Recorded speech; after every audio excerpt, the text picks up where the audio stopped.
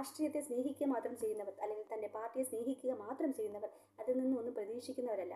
നേരെ മറിച്ച് അതിനുവേണ്ടി അഹോരാത്രം പണിയെടുക്കുന്നവർ, രാവെന്നോ പകലെന്നോ ഇല്ലാതെ പാർട്ടിക്ക് വേണ്ടി നടക്കുന്നവർ പ്രതീക്ഷകൾ ഉള്ളവരാണ്. തന്നെ തേടിയും പദവികൾ വരും എന്ന് ആഗ്രഹിക്കുകയും പ്രതീക്ഷിക്കുകയും ചെയ്യുന്നവരാണ്.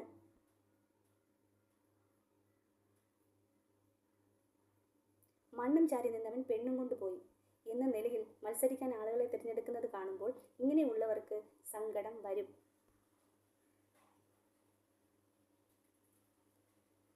ഏറ്റവും നല്ല നടനുള്ള അവാർഡ് പ്രഖ്യാപിച്ചു കഴിഞ്ഞാൽ അത് കൊടുക്കാൻ ആ മേഖലയിലുള്ള ഒരാളെയല്ലേ നമ്മൾ തിരഞ്ഞെടുക്കുന്നത്?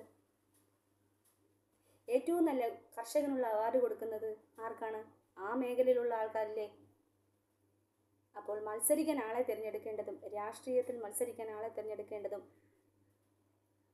അതിനു വേണ്ടി അധ്വാനിക്കുന്നവരിൽ നിന്നുമാണ്, അതിനുവേണ്ടി കഷ്ടപ്പെടുന്നവരിൽ നിന്നുമാണ്. ഏത് പാർട്ടിയുടേതായാലും ചില മുൻകാല നേതാക്കന്മാരുടെ പേരുകൾ ഇപ്പോഴും നമ്മുടെ മനസ്സിൽ നിന്ന് മാഞ്ഞു പോകുന്നില്ല. നന്നായി ശ്രദ്ധിച്ചാൽ അറിയാൻ പറ്റും, അവരെല്ലാം ഈ പാർട്ടിയെന്ന് പറഞ്ഞ് നടന്നവരാണ്.